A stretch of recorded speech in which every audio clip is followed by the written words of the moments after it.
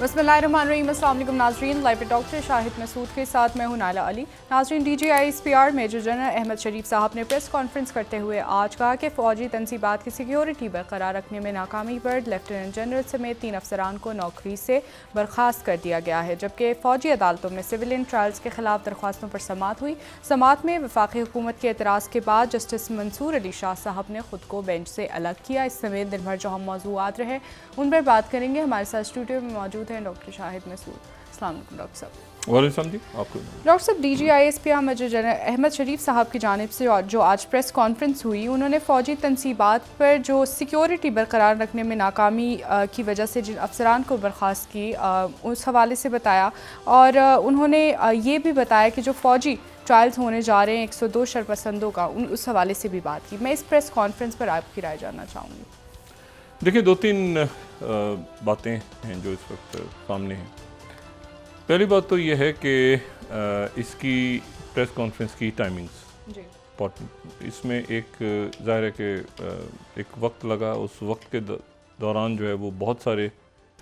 वाक़यात भी हमारे सामने आए, और मेरा अपना अंदाज़ा है कि ये 9 मई के ऊपर जो है ये ग़ालिबन अब इस पे मज़ीद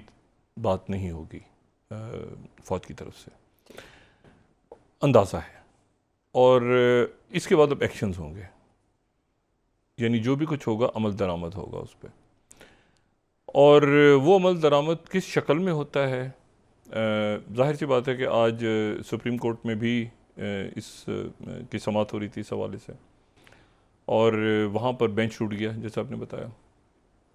कल फिर समाअत होगी सुबह। लेकिन बहरहाल ये एक चूँकि बहुत बड़ा ऐसा इशू है जो मेरे ख़्याल से सिक्योरिटी के हवाले से जिसको फ़ौज एक ख़ास अंदाज में देख रही है। और ये बात जो मैंने बहुत पहले कही थी, मैं उसको दोबारा दोहरा रहा हूँ कि एक तो बिल्डिंग्स हैं, और ज़ाहिर है कि मुख्तलिफ़ जो इमारतें हैं वो भी उनकी भी बड़ी हैसियत होती है। आप कैपिटल हिल को ले लें जैसे अमेरिका में, या आप ब्रिटेन में उनके पार्लियामेंट हाउस को, या और इस तरह से और जगह हैं। बिल्डिंग्स की अपनी अहमियत होती है। आप ज़रा तसव्वुर करें ना, हमारे यहाँ बिल्डिंग्स की भी अहमियत है। मतलब है कि आप ये देखें ना कि ये तो फ़ौजी तनसीबात का मामला है, लेकिन आप ये देखें अगर आप बहैसियत मजमूई अगर यानी सिविलियन और आर्मी के की जो बहस होती है उसको आप हटा के ज़रा देखें तो आप मिसाल के तौर पे मीनार पाकिस्तान, कोई तसव्वुर कर सकता है कि मीनार पाकिस्तान पे जाए और वहाँ पर कोई बेहुरमती, हालांकि एक इमारत ही है ना, एक मोनूमेंट है। तो बाज़ ऐसी जो है वो मकामात होते हैं जिसके ऊपर सेंसिटिविटी बहुत ज़्यादा होती है। अच्छा, अब यहाँ पर इशू ये है कि ये हुआ, और उसके बाद बहुत कुछ पिछली अगर हम सुने प्रेस कॉन्फ्रेंस और अब की सुने या प्रेस रिलीज, तो बीच में बहुत सारे यानी उसके ऊपर फिर वाक़यात हैं, उसका फिर एक्शंस हैं जी।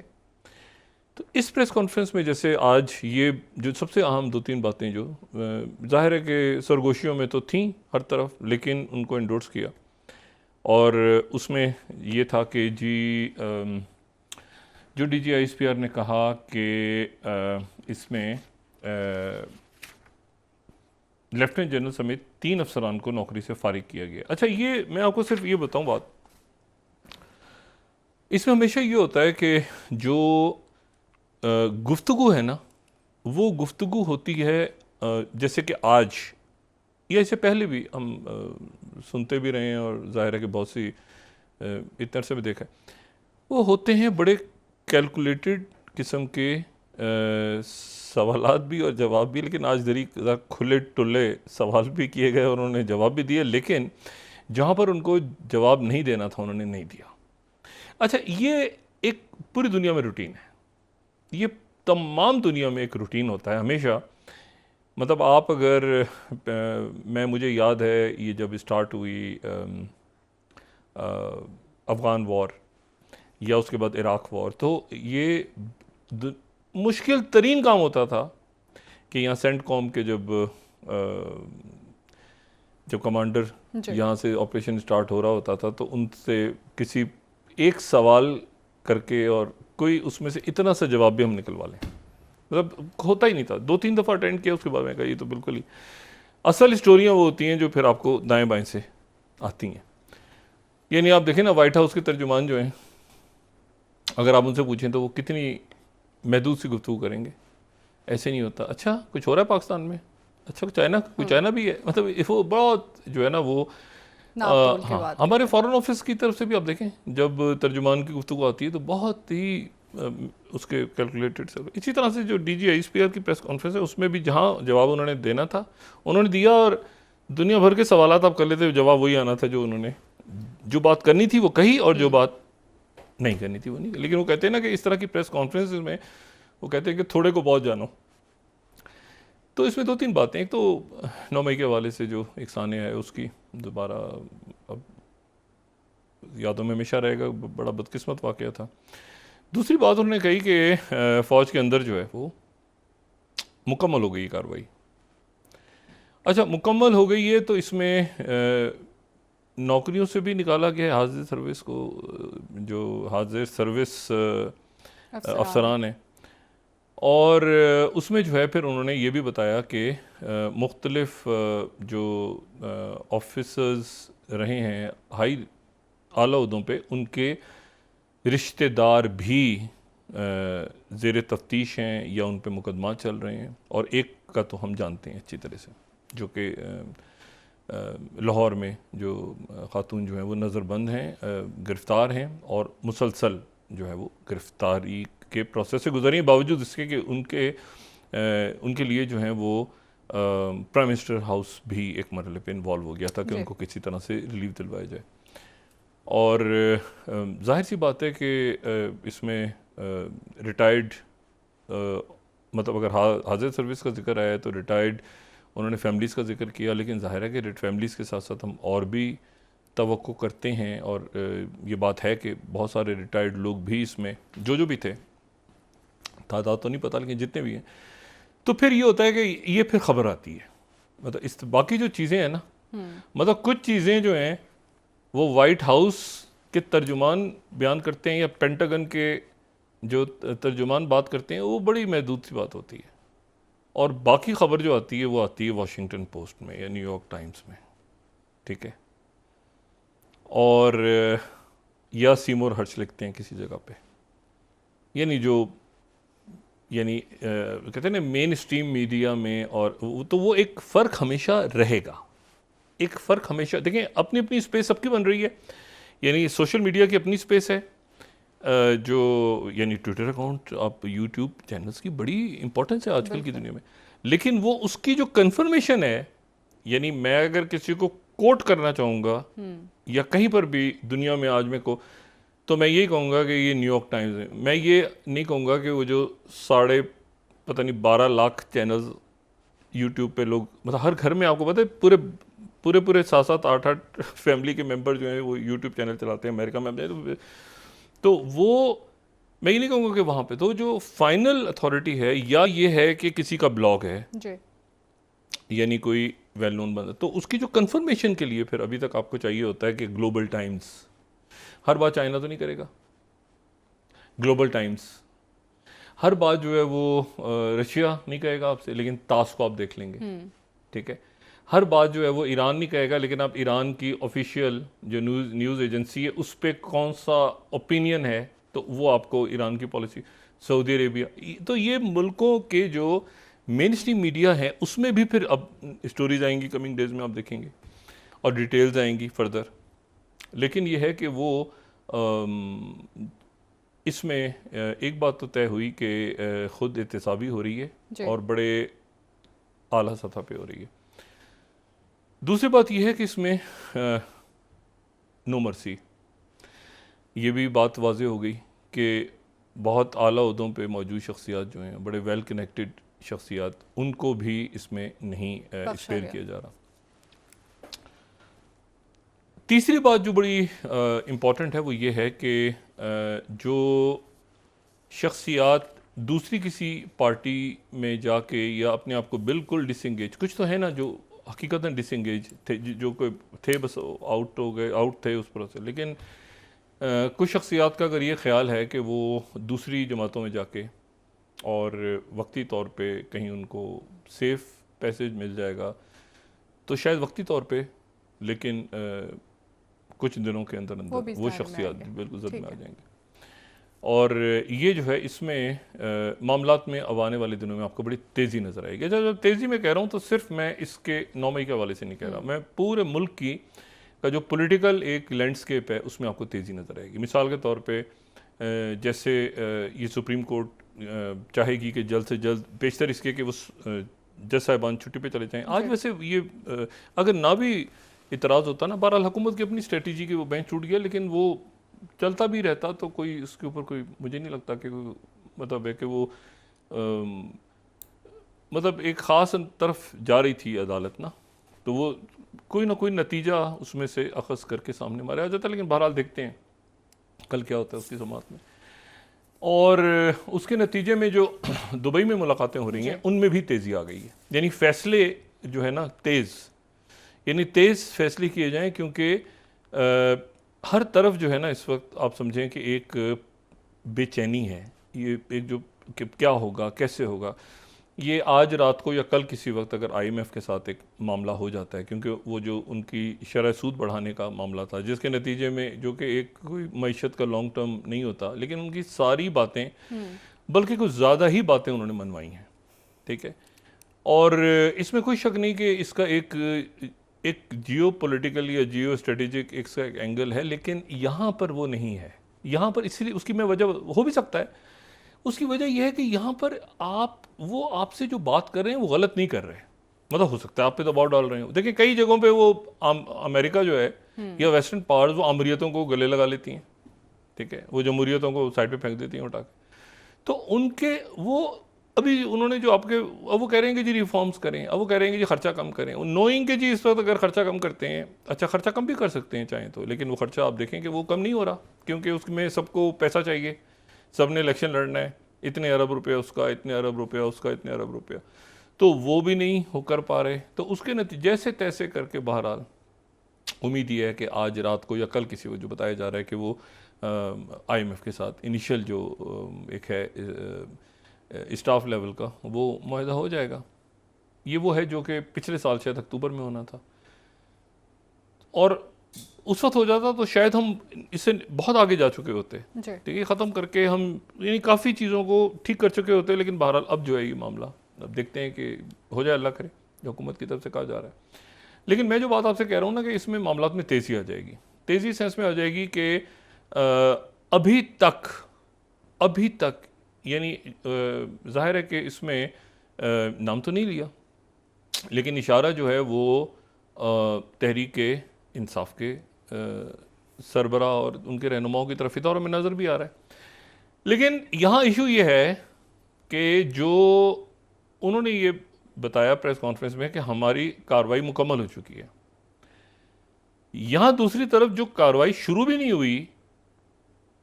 कार्रवाई शुरू नहीं हुई अभी, तो सिर्फ जो है वो यानी आप समझें कि फर्द जुर्म या इस तरह से जी, इसकी वजह से जो दुबई की मीटिंग्स हैं वहाँ पर एक बेचैनी है। और वो बेचैनी ये है कि जो टाइमिंग्स हैं वो टाइमिंग्स क्या रखी जाएं। मेरी बात हुई एक ज़माने में, वो जो मकाम है वहीं से हम ही इस तरह की खबरें पढ़ा करते थे वहाँ पर एक वो है, यानी आप समझें कि वो इजी माहौल में नहीं हो रही गुफ्तगू, मैं मोहतात अल्फाज में इस्तेमाल करता हूँ, यानी इजी माहौल में नहीं हो रही। उसकी वजह ये है कि वो अनसर्टिनिटी है, बहुत ज़्यादा अनसर्टिनिटी है। और इसमें जो है वो आप देखें कि मतलब जैसे वज़ीर आज़म साहब जो हैं शहबाज शरीफ साहब, अब वो हैं भी, लेकिन वो मतलब अब बात हो रही है जरदारी साहब और नवाज शरीफ साहब, और दोनों ने एक दूसरे के ऊपर PhD, double PhD, triple PhD की हुई है। जरदारी साहब ने जाहिर है कि सारी ज़िंदगी अगर उनको कुछ सामने तो नवाज शरीफ साहब के सामने मतलब आप हाँ एग्जैक्टली। और ज़ाहिर है जरदारी साहब अपना ये पहली तो गालिबन मीटिंग बड़े अच्छे माहौल में और ये और वो सारा बड़ा गुडी है, ठीक है, ये वो सारा। लेकिन ये है कि वो अब ये स्टेज आ गई है कि यहाँ पे नवाज शरीफ साहब और ज़्यादा। अच्छा, नवाज शरीफ साहब का मैं आपको बताऊं, नवाज शरीफ साहब जो हैं वो बहुत से वाक़यात, बहुत से, मेरी ऑब्जर्वेशन गलत भी मुकम्मल गलत हो सकती है, लेकिन नवाज शरीफ साहब को जितना हमने समझा इतने सालों में, वो ये कि नवाज शरीफ साहब वही बात की थी कि मशवरा सबका सुनते हैं खुद हाँ, की। मतलब सारा तैयार हो गया, सब बात हो गई हाईएस्ट लेवल पे, हाईएस्ट लेवल पे बात हो गई, जहाज आ गया बाहर से, चौधरी निसार साहब से गलती बस इतनी हो गई कि उन्होंने कहा प्राइम मिनिस्टर साहब वो सब कुछ हो गया है, तो बस मैंने कहा एक दफ़ा वो आपको बता दूं कि वो मुशर्रफ साहब जा रहे हैं। क्या इतनी जल्दी क्या है? सर आपने तो कहा था मियां साहब, आपने तो सारा तो आप ही ने करा। कहते नहीं, वो ऐसा है कि इसको मैं ज़रा देखते हैं ना 2-4 दिन बाद, 5 दिन बाद। फिर एक पहिया शुरू, तड़ा तड़ा हंगामा, ये क्या अभी तो कमिट हो गया था, सारा कुछ हो गया था। तो मियां साहब जो है ना वो अचानक जहाँ से बैठ, जो मैंने उस दिन भी कहा था ना कि अचानक वो फैसला जो है ना उनका, वो अचानक वो, यानी ये भी हो सकता है कि उसमें आपको बड़े स्लो लगें कभी कि जी वो बड़ी देर लगा रहे हैं, फैसला नहीं कर रहे, क्या वजह हो रही है क्या, लेकिन जब कर लिया तो बस कर लिया। अच्छा, और उसके ऊपर शहबाज शरीफ साहब जो हैं, ठीक है, शहबाज शरीफ साहब जो हैं वो तो उनके बारे में तो प्रेडिक्ट कर सकता है ना आदमी कि भाई उन्होंने क्या करना है, लेकिन वो नवाज शरीफ साहब के बारे में, वो मुशर्रफ साहब के दौर से लेके अभी तक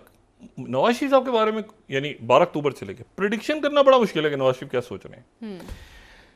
अच्छा, तो अब जरदारी साहब भी गए होंगे, जाहिर है कि अच्छा सीटों की एडजस्टमेंट, तो अगर वो सीट्स की एडजस्टमेंट कह रहे हैं तो फिर क्या नवाज शरीफ साहब उनसे सिंध के अंदर सीट्स लेंगे क्या? तो ये अभी ऐसे बयान आते हैं, जैसे ऑन चौधरी साहब भी तो भी नहीं, जहांगीर तरीन साहब ने ऑन चौधरी साहब को भेजा है अभी। जहांगीर, हाँ जाने ये, क्योंकि देखें अभी जो है ना, अभी ये इसमें ये डिसाइड होगा कि कहाँ पे उतरना है, कब, डेट कौन सी है, इसमें मतलब कौन सी जगह का चुनाव करना है, ठीक है, ये मध्य मुकाबिल कौन? नहीं, मतलब वो तो इलेक्शन की बात बाद में है ना, यानी पहले तो मियां साहब ने उतरना है ना, लैंड होना है, तो वो लैंडिंग कहीं लाहौर रखी जाए। जरदारी साहब की तरफ से हो सकता है एक ऑफर चली जाए कि आप सिंध आए, अच्छा, आप कराची लैंड करें, मतलब होता है ना लॉजिस्टिक्स, हॉस्पिटल, जेल, आगे पीछे दाएं बाएं चीज़ें, क्योंकि पंजाब में अनसर्टिनिटी है। और आप देखें ना कि जो परवेज अली साहब के साथ हो रहा है, या पंजाब में जो गिरफ्तारियां हो रही हैं ये 9 मई, मतलब एक अजीब सा पता चला कि वो 9 मई के चक्कर में कहीं मियां साहब बताते रह गए कि भाई मैं नहीं थी मैं तो लंदन में, तो उन्होंने कहा, तो मतलब एक आप देखें ना जेलों में इस वक्त जो है वो परवेज अली साहब निकले, तो फिर तो मैंने कहा ना वो एक जुमला जो था एक प्रोग्राम का कि रोनते हुए निकल जाएंगे, वो रोनते हुए वाली पोजीशन है, क्योंकि उसमें जो मैंने कहा था कि इंटरनल प्रेशर जो शोहदा का है ना, इमारतों, जो मैं पहले बात की थी, मॉन्यूमेंट्स की अपनी जगह है, लेकिन जो आज मेरे ख्याल से DGISP ने भी 2-3 दफ़ा बात की कि जो देखें ये लोगों ने, मुझे नहीं पता कि क्या किया कि शोहदा की तस्वीर को उन्होंने फाड़ा और उनके बिल बोर्ड्स और उनकी यादगारें ये, और उसके बाद वो मतलब एक पूरी, मुझे नहीं पता क्योंकि मुझे नहीं पता कि क्या है, लेकिन वो एक बात है कि वो पूरी अचानक जो होती है ना, 75 साल तारीख और ऐसे हुआ और ये हुआ और वो हुआ फलाना, तो उसमें जो चेयरमैन तहरीक इंसाफ है, असल ये बात जो मैंने आज से 1 साल पहले भी की थी और मैं मुसलसल कहता रहा हूँ कि असल काम जो है वो ये है कि वापस कैसे लाना है। असल काम ये नहीं है कि उनको वापस कैसे लाना है, अब तो खैर मुझे नहीं पता हालात किस तरफ चले गए, वापस कैसे लाना है, बजाय इसके कि बिल्कुल उनको एक तरफ लगा के और वो पार्टी को ही बिल्कुल वो कर दिया जाए कि ये बिल्कुल तो उस स्टेज पे ना लाया जाए। और मैं आपको एक बात और बताऊं, मैं फिर वापस आता हूँ ये पाकिस्तान की सूरत हाल पे। 3 इवेंट्स हैं ना, अदालत, DGISPR, ये सारे इनके सबको एक ही तनाजुर में देखें तो आपको एक जो पॉलिटिकल ढांचा है ना, सियासी ढांचा या पूरा जो सिस्टम, वो एक इस वक्त कोलैप्स सा नज़र आ रहा है, यानी कैसे कहाँ, इसी में से निकलना है ना, इसी में से मुल्क ने निकलना है इंशाल्लाह, तो ये निकल आएगा इंशाल्लाह। और उसमें ये बात बड़ी इंपॉर्टेंट कि जब वहाँ पर किसी को नहीं छोड़ा गया तो फिर जो बाकी जब अदारे ने अपने लोगों को नहीं छोड़ा और किसी की सिफारिश भी नहीं ली, किसी की सिफारिश नहीं ली, तो फिर बाकियों के साथ क्या होगा। अच्छा, अब इसके साथ जो है ना, ब्रेक एक ले लेते हैं डॉक्टर, आप ब्रेक लें और उसके बाद फिर ज़रा इसी कहानी को आगे बढ़ाते हैं। ठीक हो गया नाज़रीन, यहाँ पर एक ब्रेक ले लेते हैं, हमारे साथ रहिए।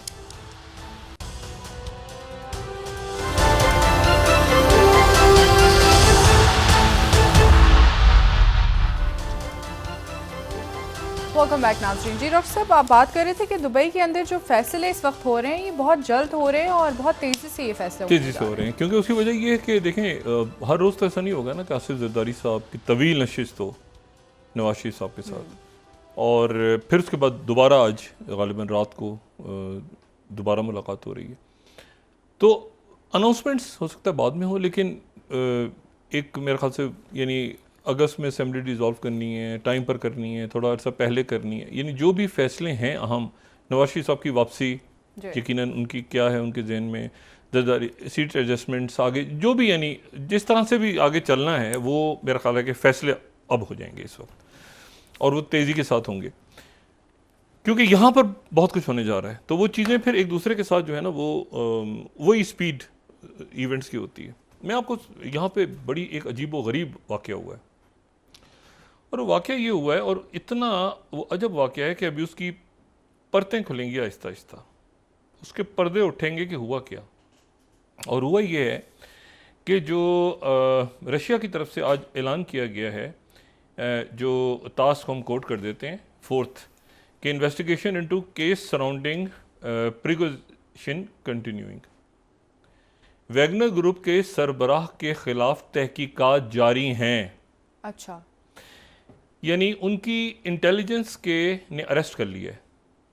और बेलारूस नहीं गए। और जो कहा जा रहा था कोई मुआहदा नहीं हुआ, सही, कोई मुआहदा नहीं हुआ, अरेस्ट कर लिया गया है। और साथ ही जो बड़ी इंपॉर्टेंट बात है वो ये बात है कि ये फाइनेंशियल टाइम्स को भी हम कोट कर देते हैं कि रशियन मीडिया भी पूरी दुनिया की, वैगनर ग्रुप लीडर प्रिगोजिन जो है still faces charges says Russian state media. यानी वो जो था कि लुकाशेंको जो हैं, अलेक्जेंडर लुकाशेंको ने उनको वापस कहा कि तुम जाओ, और वो सारा, और मैं अब ये कहानी खुलेगी कि वो ये जो प्रिगोजिन नामी एक शख्स था, ओलिगार्क, जिसको कल भी हमने बताया था कि ये प्यूटिन दौर का, तो आखिर इसको जो है ये क्या बात हुई कि इस शख्स ने ये कहा कि तुम जो है यहाँ पे हथियार डालो और वापस लौट जाओ, और अपने आप को आखिरी दफ़ा उसको रॉस्टॉव के पास देखा गया, जो सदर्न कमांड का हेडक्वार्टर है, वहाँ पे वो गाड़ी से उतर के खुशी खुशी जा रहा है, उसके बाद वो गायब हो गया।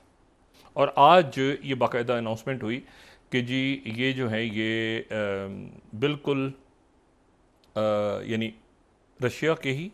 जो इंटेलिजेंस एजेंसी है, इंटेलिजेंस सिक्योरिटी हुकाम, वो तफ्तीश कर रहे हैं, और नो मर्सी, ये बिल्कुल क्लैरिटी है। अच्छा, अब इसमें जो है ये बात एक तो बेलारूस की तरफ से भी खामोशी है, और बिजनेस एज यूजुअल चल रहा है रशिया में। आज प्रेसिडेंट पुतिन आए सामने, और आज जो है वो वहाँ पे उनके जो डिफेंस मिनिस्टर जिनके इस्तीफे का ये मुतालबा कर रहा था, वैगनर ग्रुप का सरबराह सर्गेई शोइगु, ये जो है सर्गेई शोइगु, उनकी भी एक वीडियो सामने आई, और वो वीडियो जो है उसमें वो अपने जो फ्रंट उनका जो यानी जो वेस्टर्न का, उनकी जो वेस्टर्न डिस्ट्रिक्ट जिसको कहते हैं, उसका वो दौरा कर रहे हैं। अच्छा, और जहाँ पे यूक्रेन से लड़ाई हो रही है, और वो दौरा कर रहे हैं और फौजियों से बात कर रहे हैं, और एक क्लिप उनकी आई कि वो भी अपनी जगह पर हैं। एक मैसेज आया कि वजीर दिफा को अपनी जगह से नहीं हटाया, जिसको हटाने का वो मुतालबा कर रहा था वैगनर ग्रुप का सरबराह। क्यों? और मुतालबा इसलिए कर रहा था कि वो 10 जून को ये अपने आप को समझता था कि मैं पुतिन के बहुत करीब हूँ। अच्छा, और वो जो पुतिन है उन्हीं के करीब जो है वो सर्गेई जो उनके शोइगु, जो उनके वजीर दिफा, डिफेंस मिनिस्टर, और ये जो हैं उनके जो डिफेंस मिनिस्टर हैं, इनका मैं आपको ये बताऊं कि ये देखें, ये तो वो था ना शेफ, ये जो हैं ये येल्सन के दौर से, यानी उस दौर से जो हैं ये यानी पॉलिटिशियन थे, बाद में फौज के अंदर ये गए, ठीक है। और वहाँ पर यानी रेस्क्यू कोर एक बनी, फौरन जब सोवियत यूनियन टूटा तो रेस्क्यू कोर बनी। रेस्क्यू कोर ने फिर वो जाहिर है कि उस वक्त उसमें जो सिविल डिफेंस फोर्सेस थी वो उसमें मर्ज हो गई, और शुरू में तो जाहिर है कि इनका काम रेस्क्यू वगैरह करना होता था। बाद में उनको, और एक ऑपरेशन जो था 92 में जिसमें नजीबुल्लाह को निकालना था, उनके साबिक सदर अफगानिस्तान के, उसमें भी इनका डिपार्टमेंट, लेकिन वो कामयाब, लेकिन फिर आगे बहुत सारे ऐसे रेस्क्यू के होते हैं ना। आगे लेकिन फिर ये हुआ कि ये मिनिस्ट्री ऑफ डिफेंस के साथ मर्जर हो गया और इनका काम इतना अच्छा था कि इनको फिर उसके बाद 90s में ही 93 में गालिबन इनको मेजर जनरल और फिर 95 में इनको लेफ्टिनेंट जनरल बना के ये फौज के अंदर डायरेक्टर। तो एक तरह से ये यानी हैं सिविल इंजीनियर लेकिन बाद में फौज में गए और ये उनके डिफेंस मिनिस्टर हैं। 2012 से डिफेंस मिनिस्टर हैं और 1991 से वो मिनिस्ट्री जो है जो रेस्क्यू वाली और जो उनकी मिनिस्ट्री ऑफ रिलेशंस या जो भी उसको नाम दिया जाए उसको वो हेड करते रहे कई साल तक। तो वो भी अपनी जगह पर हैं और इसी तरह से दो लोगों से फटा हुआ ना, क्योंकि हुआ ये कि ये कहता था कि मैं पास हूं प्यूटिन के और प्यूटिन के और मेरे दरमियान यानी वैगनर के चीफ के दरमियान ये आ गया है, यानी जो डिफेंस मिनिस्टर और जो उनके जो आर्मी चीफ हैं गेरासिमोव। अच्छा, गेरासिमोव जो हैं वैलेरी गेरासिमोव वो दरमियान में आ गए और मैं तो डायरेक्ट होता था, मुझे तो डायरेक्ट बनाया है उसने प्यूटिन ने, मैं तो प्यूटिन का शेफ था। अब ये दरमियान में क्यों आ गया कि प्यूटिन ने ये कहा कि आइंदा के आपके जो कॉन्ट्रैक्ट्स होंगे वैगनर ग्रुप के वो ये आप इनके साथ करेंगे, मिनिस्टर ऑफ डिफेंस के साथ करेंगे। ये अभी चंद हफ्ते पहले फैसला किया, वहां से ये इस बंदे में वो चीज़ आई कि ये क्या ये बगावत है। और ये इसने प्यूटिन ये कहता रहा कि अच्छा हम तो हमारे तो देखें फौजी लड़ रहे हैं, यहाँ पे कुछ जनरल बैठे हुए हैं फलाना, ये वहाँ से किस्सा शुरू हुआ। अब ये जो गेरासिमोव हैं ये बड़े कमाल के आदमी हैं और ये इसलिए कमाल के आदमी है कि इनके नाम से बाकायदा एक डॉक्ट्रिन है और डॉक्ट्रिन जो है उसको वो गेरासिमोव डॉक्ट्रिन है और वो डॉक्ट्रिन बड़ा दुनिया में पढ़ा जाता है और वो ये है कि जी फाइनेंस, मिलिट्री, टेक्नोलॉजी, इकोनॉमी ये सारे मिलके किसी जगह पे स्ट्रेटेजिक गोल आपने हासिल करना हो तो वो स्ट्रेटेजिक गोल हासिल करने के लिए आपको सारी चीज़ों को मिलाना पड़ता है, फौज, मईशत, सकाफत, सफारतकारी, सबको मिला के। तो ये जो है ना ये बड़ी एक इंटरेस्टिंग बात है। ये फाइनेंशियल टाइम्स की मैं लिंक दे रहा हूँ, पुराना लिंक है 2017 का, जो छठी स्लाइड है हमारी, किसी ने देखना हो तो देख लें इसमें कि वैलेरी गेरासिमोव जो है the journal with the doctrine for Russia. ये डॉक्ट्रिन ये बड़े यानी पढ़े लिखे और बड़ा इनका जो है ना एक ज़बरदस्त किस्म का एक इनका ये बताते हैं पूरा कि जी NATO to beef up deployment. वो कहते हैं कि ये इस तरह से जो है वो पूरा ये जब तक सारी चीज़ें जो हैं वो इकट्ठी नहीं होंगी तो मुल्क नहीं लड़ सकता। एनीवे ये दोनों शख्सियात अपनी जगह मौजूद हैं, प्यूटिन अपनी जगह मौजूद है। बेलारूस ने एक ब्लफ था कि वो बेलारूस जाएगा बंदा और बेलारूस में सज़ा उसकी माफ़ हो जाएगी और बाकी जो लोग हैं उनकी भी सज़ा माफ़ हो जाएगी, यही था ना। और बाकी मिनिस्ट्री ऑफ डिफेंस थोड़ी देर पहले जो उनके अच्छा प्रेसिडेंट प्यूटिन भी आज आए हैं और उन्होंने मीडिया पे आके बात की है। अच्छा, अब यहाँ पर सवाल ये पैदा होता है कि वैगनर ग्रुप का क्या बनेगा। तो वैगनर ग्रुप के बारे में अभी जो रशिया से इतलात ये आ रही हैं कि उनके जो लेवरोव हैं उनके फॉरेन मिनिस्टर, उन्होंने कहा कि वैगनर ग्रुप अपनी जगह रहेगा और सेंट्रल अफ्रीकन रिपब्लिक, माली और बाकी अफ्रीका की स्टेट्स में और दुनिया भर में, सीरिया में जहाँ जहाँ वैगनर ग्रुप काम कर रहा है वो काम करता रहेगा। इसका मतलब ये है कि मुमकिन है कि वैगनर ग्रुप को इंटैक्ट रखा जाए और उसका सरबराह किसी और को बना दिया जाए। ठीक है, क्योंकि वैगनर ग्रुप के वो लोग जो कि वो जो बढ़ रहे थे मॉस्को की तरफ, रोस्टॉव पे जिन्होंने कब्जा किया था और जो आगे गए थे, उनके बारे में भी एक अजीब इतला है कि जो आगे बढ़ रहे थे मॉस्को की तरफ उसमें से बहुत से लोग ऐसे थे जो मॉस्को को मुखबरी कर रहे थे कि ये आगे ये प्लान है इनका, ये प्लान है। वो हर जगह ये देखें, ये जो एप्सनाज और ये जो स्पाई गेम होते हैं ना, ये यहाँ एक बात बड़ी इंपॉर्टेंट है और वो ये है कि प्रेसिडेंट प्यूटिन ने रिएक्ट नहीं किया। प्रेसिडेंट प्यूटिन जैसे होता है ना कि वो मॉस्को की इतना दूर रह गया, तो मतलब प्रेसिडेंट प्यूटिन अपनी जगह पर रिलैक्स रहे, उन्होंने रिएक्ट नहीं किया। एक जो अनकन्फर्म्ड इतला है वो ये है, अभी भूल जाएं इधर उधर क्या, एक तो चाइना ज़ाहिर अलर्ट था और देख रहा था और चाइना की तरफ से ये बात भी आ गई कि उन्होंने चाइना ने खामोशी से डाउन, उनका इंटरनल मैटर है, लेकिन पूरी दुनिया अलर्ट थी ना कि क्या हो रहा है मॉस्को में। ये 36 घंटे जो चला है, किसी मरहले पे अमेरिकन की भी गालिबन बात हुई है रशियंस के साथ कि इसके पीछे हम नहीं हैं,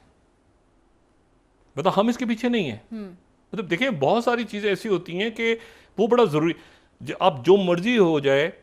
हमेशा DGMOs राब्ते में होते हैं हॉटलाइन पे, पाकिस्तान और इंडिया में, कि 1 मिनट ये, जैसे आपको याद होगा एक वो मिसाइल आ गया था तो फौरन क्लैरिफिकेशन हुई थी कि ये एक्सीडेंट हुआ है, ठीक है ना, मतलब तो क्योंकि ऐसा ना हो कि उसके नतीजे में कोई बड़ा मैसिव, हाँ वो न्यूक्लियर वेपन्स पता चला डिप्लॉय कर दिया, फायर कर दिया पुतिन ने, कि इसके पीछे तो अमेरिका है, वो एक सुकून। तो किसी ने उनसे कम्युनिकेट किया है on behalf of West, NATO, American ने या किसी और मुल्क ने, कि इसके पीछे हम नहीं है, जिसकी वजह से आज अभी थोड़ी देर पहले प्रेसिडेंट लेवरोव ने कहा है कि इसके पीछे अमेरिका नहीं है। यानी पूरी दुनिया एक एक्सपेक्ट लोग ये कर रहे थे कि वो डालेंगे इसमें, उन्होंने कहा नहीं अमेरिका नहीं है पीछे, और चाइना ने भी कहा कि ये रशिया का इंटरनल मैटर है और डाउन प्ले कर दिया। लेकिन ये एक सवाल रह जाएगा कि मुखबरी किसने की, मुखबरी अंदर से भी हुई। हाँ। और मैं आपको बताऊं कि जिन लोगों पे ये बेवकूफ आदमी रिलाय कर रहा था कि वो उसकी मदद करेंगे, यानी एडवर्सरीज होते हैं ना कि ये दुश्मन है तो शायद ये मेरी मदद करेगा इस वक्त, उन्होंने इसको आखिर में जबरदस्त करवा दिया कि ये ले लो बच्चे पुतिन। अच्छा वो सामने बयानात हो रहे हैं पुतिन कमजोर हो गया, ये हो गया फलान। अच्छा पुतिन को, यानी अब आप देखिए ना कि पुतिन ने ये नहीं कहा रोटली इंटेलिजेंस है, बाहर के लोग हैं, फलाना ढिमाकना, वो बयानबाजी वैसे ही जारी है। देखिए उनका मीडिया भरा हुआ है, इधर मीडिया, लेकिन ये बंदा जो है ना दरमियान में, ये बीच में मारा गया, और ये अब इसका क्या हशर बनेगा, इसका क्या कचूमन निकलेगा, क्या होगा। बेलारूस तो पहुंचा नहीं, और ये जो जंग है यूक्रेन ने फौरी तौर पे, यूक्रेन में भी मिठाइयाँ बढ़ना शुरू हो गई थी। अच्छा लेकिन वो भी सोच रहे थे कि पता नहीं क्या होगा, लेकिन वहाँ पर अपनी फ़ौज, यूक्रेन से भी फ़ौजें पीछे नहीं की, और जो चेचन्स आए थे उन चेचन्स को भी कहा कि तुमने भी खून नहीं बहाना किया। पुतिन वाज कॉन्फिडेंट, और ये बंदा दरमियान में आके, इसको बेलारूस की कॉल आती है कि हम बच्चे तुम्हें भी निकाल लेंगे थोड़ी देर में, तुम वापस जाओ, और ये वापस जाता है, और उसके बाद खबर आती है कि जी वो गिरफ्तार है और तहकीकात शुरू हो गई। सर बहुत शुक्रिया डॉक्टर साहब। नाजरीन प्रोग्राम का वक्त खत्म हुआ, कल इस तरह से रियासतें काम करती हैं। बहुत शुक्रिया नाजरीन, कल इंशाल्लाह दोबारा आपसे मुलाकात होगी। मुझे नाइला अली को इजाज़त दीजिए, अल्लाह हाफ़िज़ जी डॉक्टर साहब। अपने दोस्तों रिश्तेदारों को, के लोगों का सब ख्याल रखिएगा।